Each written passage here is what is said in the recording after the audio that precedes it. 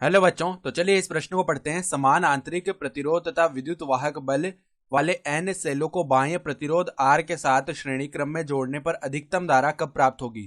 तो यहाँ पर देखो, हमें बताना है कि अधिकतम धारा कब प्राप्त होगी इस स्थिति में। ठीक है, तो प्रश्न में आगे बढ़ने से पहले इस प्रश्न से संबंधित जो मुख्य अवधारणा है उसकी हम चर्चा कर लेते हैं। तो देखो, मुख्य अवधारणा क्या हो जाएगी। तो यहाँ पे हम जानते हैं कि जो हमारे पास धारा होती है, धारा I, ठीक है, तो धारा I हम क्या लिख सकते हैं, I बराबर में विद्युत वाहक बल, विद्युत वाहक बल जो परिणामी विद्युत वाहक बल है, यानी कि ई नेट बोल देते हैं, और बट्टा में हमारे पास जो परिणामी प्रतिरोध है। ठीक है, तो प्रतिरोध मतलब जो परिपथ में कुल प्रतिरोध आ रहा है उसको हम क्या लिख रहे हैं, आर नेट लिख रहे हैं। ठीक है, तो ये हमारे पास धारा का सूत्र होता है। तो अब ध्यान से देखो, अब हम चलते हैं इस सवाल के मुख्य हल में। तो यहाँ पे देखना, हमें उसने क्या बोला हुआ है कि समान आंतरिक प्रतिरोध है और विद्युत वाहक बल है। ठीक है, एन सेल है इस प्रकार के।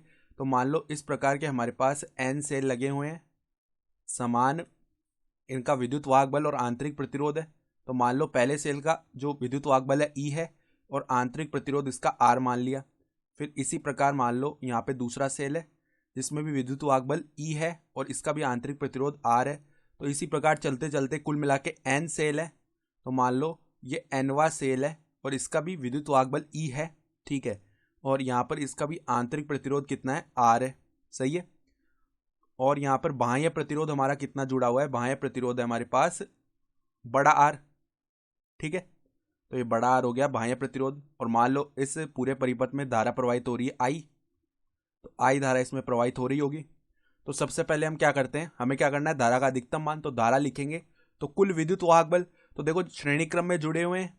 ठीक है, हमारे पास जितने भी विद्युत वाहक बल वाले सेल हैं ये श्रेणी क्रम में जुड़े हैं। तो श्रेणी क्रम में हम जो हमारे पास परिणामी विद्युत वाहक बल है वो कैसे निकालते हैं, परिणामी विद्युत वाहक बल निकालने के लिए हम सबको जोड़ देंगे। तो ई प्लस में इसी प्रकार जुड़ता जाएगा एन बार। ठीक है, और बट्टा में जो परिणामी हमारे पास प्रतिरोध है वो क्या आएगा, देखो सभी आंतरिक प्रतिरोधों को जब हम जोड़ेंगे तो आर प्लस आर इसी प्रकार जुड़ता जाएगा एन बार। और प्लस में देखो, क्योंकि जो हमारे पास इनका परिणामी प्रतिरोध आएगा आंतरिक प्रतिरोधों का वो भी श्रेणी क्रम में आएगा इस बड़े आर के साथ। तो श्रेणी क्रम में प्रतिरोध सीधे जुड़ जाते हैं। तो आर प्लस में आर हो जाएगा, ये हो जाएगा कुल परिणामी प्रतिरोध। तो धारा का मान देखो क्या आ जाएगा, ई को जब हम एन बार जोड़ेंगे तो एन ही आ जाएगा, बट्टा में आंतरिक प्रतिरोधों को जब हम आर बार जोड़ेंगे तो एन आर आ जाएगा, और प्लस में बड़ा आर है। तो ये हमारे पास धारा का मान आ चुका है इस परिपथ में। अब इस धारा का मान हमें अधिकतम चाहिए। तो देखो आई का अधिकतम मान, अधिकतम मान होने के लिए देखो, अगर हमें इस भाग का अधिकतम मान चाहिए तो एन आर प्लस आर इसका मान न्यूनतम होना चाहिए। एन आर प्लस आर का मान न्यूनतम होगा। ठीक है, तो ये यहां पर स्थिति बनेगी।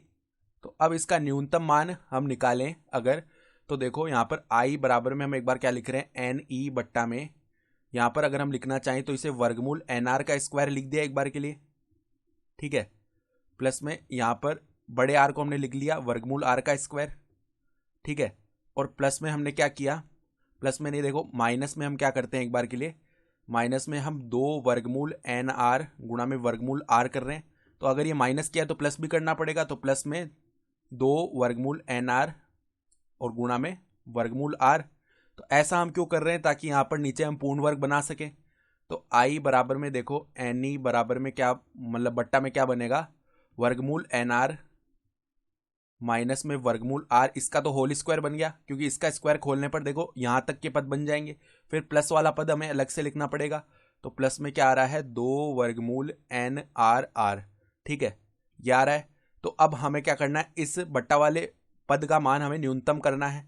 तो न्यूनतम मान करने के लिए क्या होगा कि यहां पर देखो वर्गमूल एन आर माइनस वर्गमूल आर इसका स्क्वायर है।